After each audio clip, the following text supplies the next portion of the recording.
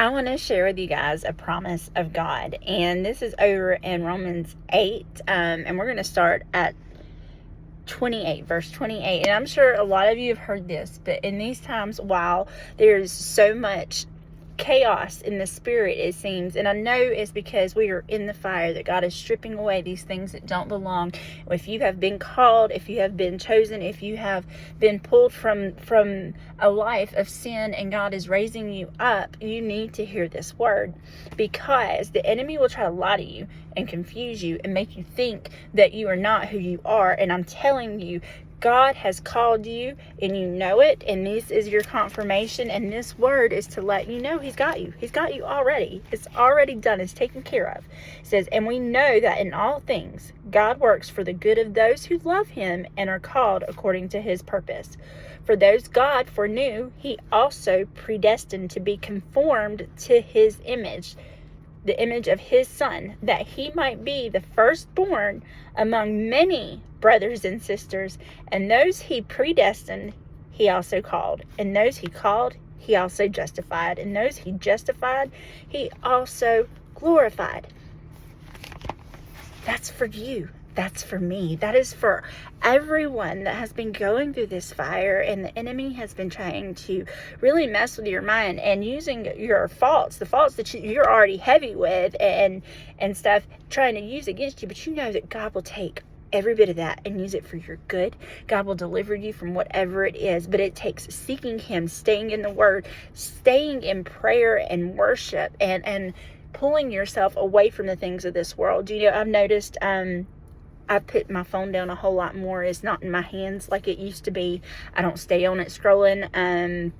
When I get on here is to deliver a word. Sometimes I'll check, but I try to do that. TV, I can't watch much of it anymore. It has, it's just God has opened my eyes to see the truth in just about every movie, every episode, that it's always, it seems like it's always got the Messiah story somewhere in there, the angels fighting the demons, the giants. If you have any kind of spiritual inclination, you can see it too. So we know that the technology, all of that stuff is from the enemy, and it is to try to confuse God's children. It's trying to confuse children God has called now, and trying to lie to them and make them believe that rebelling is good, and it's not. Rebelling is, it may feel good, but I'm going to tell you, it will wear you down and tear you down, and it will chew you up and spit you out. This world is not meant for the children of God.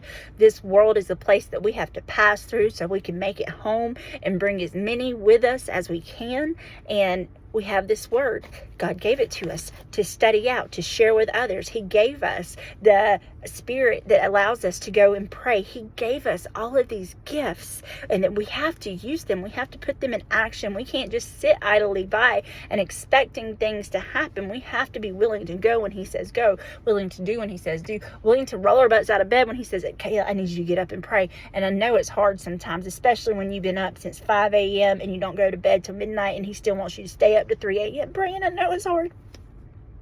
I know it's hard, but it is worth it. And souls are on the line. And I know it doesn't register, souls are on the line. I want you to think about all of these horrible things happening over in Israel right now. All of these explosions, all of these fires, these people burning.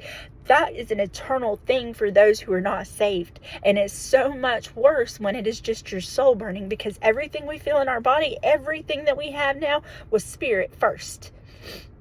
It came into the natural from the supernatural, and what you feel, you're going to feel 100 times more outside of the flesh. So know that hell is not a place for anybody to be, and God has given you a way out, and He's given you people around you, and He has given you a straight line to Him. So take your problems to Him, whatever it is. Don't be ashamed. Admit the truth. If you hear it over and over and over again, it's probably because you've been lying to yourself. So sometimes you have to admit the truth that you didn't even believe about yourself, so that God can set you free, because He says the truth will set you free. Admit it. Don't stay in denial about things. Just accept it and say, okay, come clean me up. Help me out. Let me do this. Because we all, every human being, pastor, from the top to the bottom, has something. So you're not alone. And we will be perfect in Christ. We will. And it takes Christ, and it takes all of him and all of your heart. And that's what he wants. That's the one thing he wants, is you with all of your heart. So I love you guys. Don't forget, it's Romans 28 through 29. Nope, 28 through 30. Love you guys. God bless you.